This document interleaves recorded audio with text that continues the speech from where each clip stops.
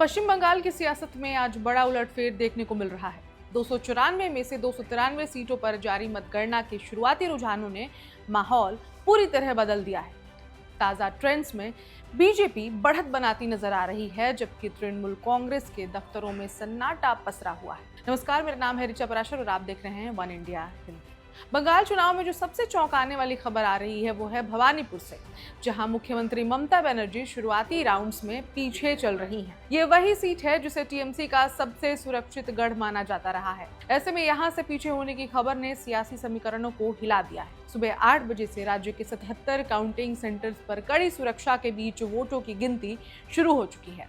केंद्रीय बलों की तैनाती, सीसीटीवी निगरानी और मल्टी लेयर सुरक्षा के बीच ईवीएम और वीवीपैट मशीनों का स्ट्रॉन्ग रूम से निकालकर उनकी गिनती के लिए लाया गया। हर राउंड के बाद रुझान बदल रहे हैं, लेकिन शुरुआती तस्वीर बीजेपी के पक्ष में जाती दिख रही है। इस चुनाव में कुल 294 विधानसभा सीटें हैं, लेकिन एक सीट पाल्टा, उस पर दोबारा मतदान होने वाला है। उसके कारण से उसके नतीजे बाद में आएंगे। पाल्टा सीट पर 21 मई को मतदान होगा, यानी आज 293 सीटों के परिणाम ये तय करेंगे कि बंगाल में सरकार किसकी बनेगी। बहुमत के लिए 148 सीटों का आंकड़ा जरूरी है। मुकाबला इस बार सीधा और तीखा माना जा रहा है। एक तरफ ममता बनर्जी की अगुवाई में टीएमसी, जो लगातार तीसरी बार सत्ता में वापसी की कोशिश कर रही है, और दूसरी तरफ बीजेपी, जो पहली बार बंगाल में पूर्ण बहुमत के साथ सरकार बनाने का दावा कर रही है। मतदान के बाद आए एग्जिट पोल्स ने पहले ही इस चुनाव को दिलचस्प बना दिया था।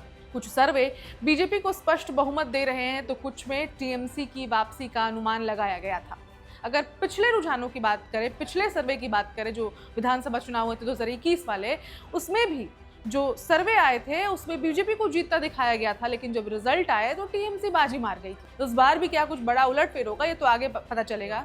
लेकिन कई एग्जिट पोल्स कड़ी टक्कर की बात कह रहे हैं, और पिछली बार भी ऐसी कही थी।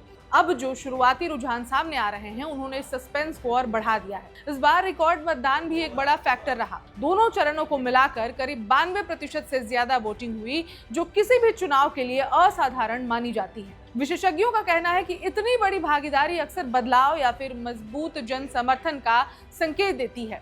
लेकिन बंगाल में ये किसके पक्ष में जाएगी, ये सवाल अब धीरे धीरे सुलझ रहा है। राज्य के अलग अलग हिस्सों से आ रहे रुझानों में कई सीटों पर करीबी मुकाबला देखने को मिल रहा है, जबकि कुछ सीटों पर एक तरफा बढ़त भी नजर आ रही है। राजनीतिक दलों के दफ्तरों में भी हलचल तेज हो चुकी है। बीजेपी कार्यकर्ताओं में उत्साह दिखाई दे रहा है, जबकि टीएमसी खेमे में सतर्कता और इंतजार का माहौल है। हालांकि ये सिर्फ शुरुआती रुझान है और अंतिम नतीजों में अभी समय है। टीएमसी को उम्मीद है कि जैसे जैसे ग्रामीण और पोस्टल बैलेट की गिनती आगे बढ़ेगी, तस्वीर बदल सकती है। लेकिन इतना तय है, इस बार का चुनाव सिर्फ एक सरकार बनाने का चुनाव नहीं है, बल्कि ये बंगाल की राजनीति की दिशा तय करने वाला चुनाव बन चुका है। क्या ममता बनर्जी फिर से वापसी करेंगी, या फिर बीजेपी इतिहास रचते हुए पहली बार बंगाल के सत्ता में आने वाली है?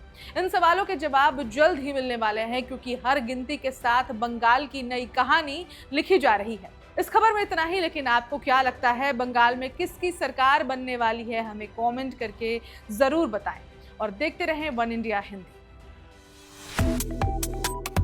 वन इंडिया को सब्सक्राइब करें और कोई भी अपडेट मिस न करें। अभी वन इंडिया ऐप डाउनलोड करें।